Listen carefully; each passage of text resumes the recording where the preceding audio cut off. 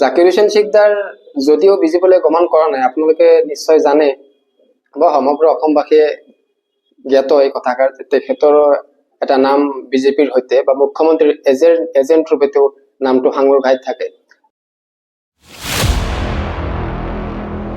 চাওক, যেতিয়া ভূপেন বৰাদেৱ সভাপতি হৈ আছিল, সেই সময়ছোৱাত কমলাক্ষ দে, পৰগস্ত, ৰাণা গোস্বামী, জাকিৰ হুছেইন সিকদাৰ তিনিজন কাৰ্যকৰী সভাপতি আছিল।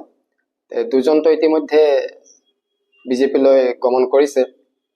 জাকিৰ হুছেইন সিকদাৰ যদিও বিজেপিলৈ গমন কৰা নাই, আপোনালোকে নিশ্চয় জানে বা সমগ্ৰ অসমবাসীয়ে জ্ঞাত এই কথাষাৰ, তেখেতৰ এটা নাম বিজেপিৰ সৈতে বা মুখ্যমন্ত্ৰীৰ এজেণ্ট ৰূপে তেওঁ নামটো সাঙুৰ খাই থাকে।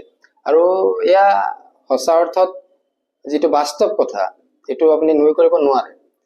তেখেতক আপুনি পূৰ্বে দেখিবলৈ পাব, মুখ্যমন্ত্ৰীৰ যিকোনো চৰকাৰী অনুষ্ঠান হলে তেখেতক বেলেগ আন বিধায়কক দেখা নাপালে অন্তত জাকিৰ হুছেইন সিকদাৰক দেখিবলৈ পোৱা যায়। আৰু আজি হয়তো তেখেতে বিজেপি গমন ইতিমধ্যে কৰিলে হয় ইমান দিনে, কিন্তু যিহেতু সমষ্টিৰ এটা পৰিৱেশ চাব লাগিব, যিটো আমাৰ চাৰিসীমা বা সমষ্টিটো যিহেতু আমাৰ সংখ্যালঘু অধ্যুষিত, গতিকে তেখেতে বিচাৰিলেও বিজেপিলৈ গমন কৰিব নোৱাৰে বা যাব নোৱাৰে, তাত বাধ্যবাধকতা আছে। কি জানি হয়তো ভৱিষ্যতে তেওঁ হয়তো কোনো আঞ্চলিক দলতে যোগদান কৰাৰ সম্ভাৱনা থাকিব পাৰে, হয়তো বিজেপিলৈ নগলেও এজেপিলৈ যাব পাৰে। নিশ্চিতভাৱে ৰকিবউদ্দিন আহমেদৰ কথাটো সমগ্ৰ অসমবাসীয়ে জ্ঞাত বা দলেও আজি যিটো বাস্তৱ কথা, দলত যেতিয়া আছিলো আমি দেখিবলৈ পাইছো, আমি প্ৰত্যক্ষ কৰিছো যে দলে জাকিৰ হুছেইন সিকদাৰ হওক বা ৰকিবউদ্দিন আহমেদ হওক বা নন্দিতা দাসেই হওক, এইসকল বিধায়ক বিধায়িকাক দলে কিন্তু যিমান দূৰলৈ গুৰুত্ব দিব লাগে সিমান গুৰুত্ব নিদিয়ে। কাৰণ তেখেতসকলে গম পায় যে এওঁলোকৰ বিজেপিৰ সৈতে বা বিশেষকৈ মুখ্যমন্ত্ৰী হিমন্ত বিশ্ব শৰ্মাৰ সৈতে এটা মিতিৰিলে আছে। আজিৰ যিটো পৰিৱেশ, আমি দলটোত থকাৰ সময়ছোৱাত আমি দেখিবলৈ পাইছিলো যে গৌৰৱ গগৈ যেতিয়া সভাপতি ৰূপে নিৰ্বাচিত হৈছিল, তেতিয়াৰ পৰাই, সেই সময়ছোৱাৰ পৰাই কিন্তু জাকিৰ হুছেইন সিকদাৰ ডাঙৰীয়াক কিন্তু যিখিনি প্ৰাধান্য দিব লাগে সেইখিনি প্ৰাধান্য দিয়া নাই। বা স্ক্ৰিনিং বডি মানে কি, যিবোৰ আভ্যন্তৰীণ বিষয়ত আলোচনা হয় কংগ্ৰেছ দলৰ ভিতৰত, সেইখিনিত কিন্তু জাকিৰ হুছেইন সিকদাৰক সোমাবলৈ নিদিয়ে। কাৰণ তেখেতসকলেও কিন্তু কথাটো গম পায় যে কৰবাত না কৰবাত সিকদাৰ দেৱৰ মুখ্যমন্ত্ৰীৰ সৈতে এক বিশেষ ঘনিষ্ঠতা আছে।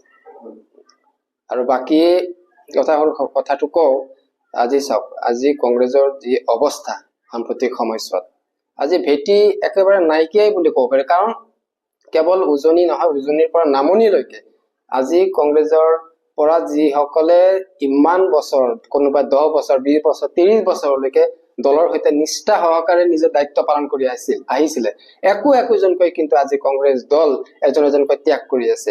আৰু ইয়াৰ মূলত কাৰণটো হল গৌৰৱ গগৈ ডাঙৰীয়া দেৱৰ যি নেতৃত্ব, সেই নেতৃত্বই কিন্তু তৃণমূল পৰ্যায়লৈকে যিদৰে ভেটি গঢ়ি তুলিব লাগিছিল দলটোৰ, সেইখিনি ভেটি গঢ়ি তুলিব পৰা নাই।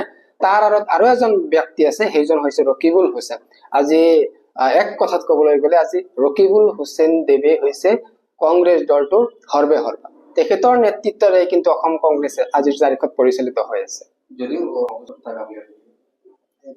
ইয়াতে নিশ্চিত কথা, আজি তেখেত কংগ্ৰেছত থাকিলেও, আজি তেখেত যেতিয়া, আমি এটা সময়ত একেলগে যুৱ কংগ্ৰেছ কৰিছিলো এটা সময়ছোৱাত, তেখেতে কিন্তু সেই সময়ৰ পৰাই আজিৰ যি প্ৰভাৱশালী মন্ত্ৰী পীযুষ হাজৰিকাৰ অতি ঘনিষ্ঠ আছিলে।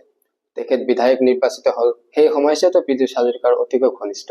আৰু আজিৰ তাৰিখত আপোনালোকে সংবাদ মাধ্যম, আপোনালোকেও বহুতো খবৰ নিশ্চয় তথ্য লাভ কৰে। আজিৰ তাৰিখতো নিশ্চিতভাৱে মই কব পাৰো তেখেতৰ মুখ্যমন্ত্ৰীৰ সৈতে বিশেষ ঘনিষ্ঠতা আছে।